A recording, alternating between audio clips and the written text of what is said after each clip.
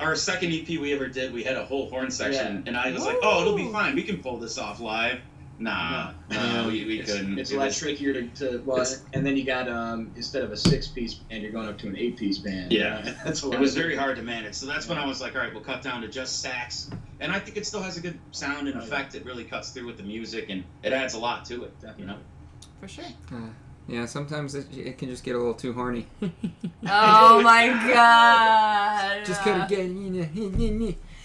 Woof. All right. Well, speaking There's of my EPs, cringe for the episode. Okay, we both have our cringe out of our system. No more cringy. Well, actually, that's a lie. It's gonna happen again, but It's inevitable. We can dream.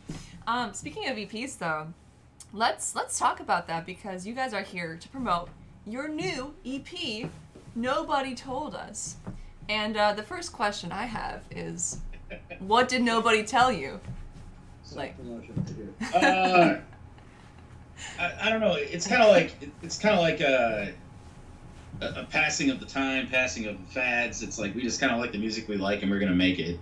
You know. Our next EP is going to tie in with this title. As you can see, there is an ellipses here, and the thought shall be continued on the next one we release. It is? You know, I guess we're doing that. There you go. I guess nobody told me. That's what you told me. Yeah, but that was the plan with the album. It's just a simple title that's easy, and that was it. That's why we named it that.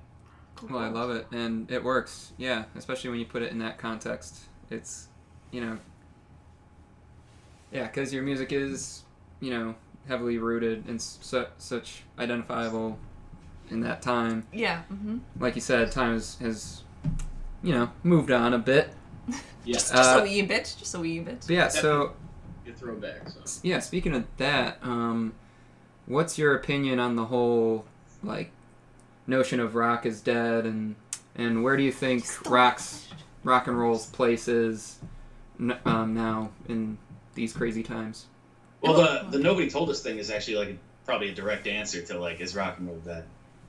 The difference between rock and roll isn't really dead. It's just not mainstream anymore. It is what it is. It's a ton of excellent rock and roll music out right now. It's just you have to do a little bit more digging for it. It's not something that's gonna be put directly in front of you. Even XRT plays bands that I would consider similar to what we're doing. That's true. Nathaniel Rateliff and the Night Sweats. Yeah, more stuff. What's his name? Saint and the Broken Bones. St. Paul and the Broken Bones. Kind of like a similar Yeah.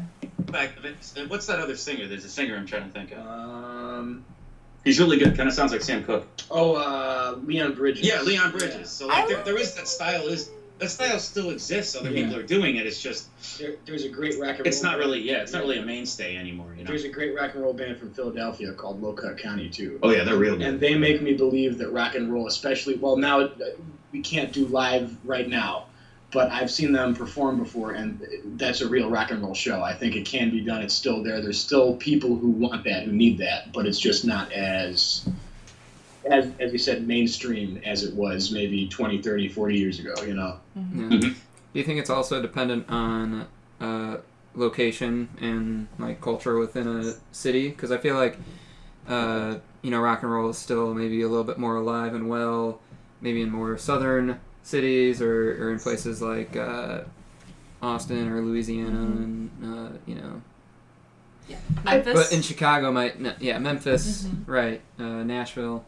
There's always going to be more of a rock and roll vibe there, but where do you think it's different? Is there one in LA that is niche, or is it kind of more just sporadic?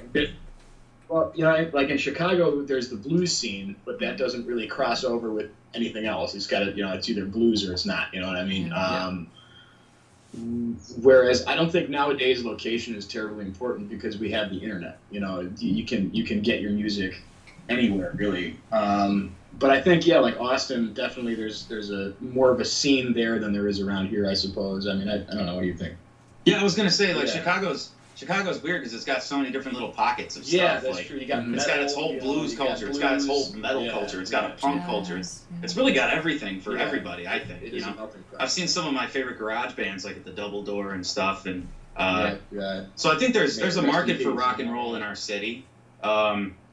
Just less now. I mean, we're all confined to basements now. You know, where all can find. Is there a market for anything live nowadays? I don't. You know. Oh, yeah. That's why we got a webcam, right? Yeah, so you can, true. you know, Exactly. so you can watch a shower.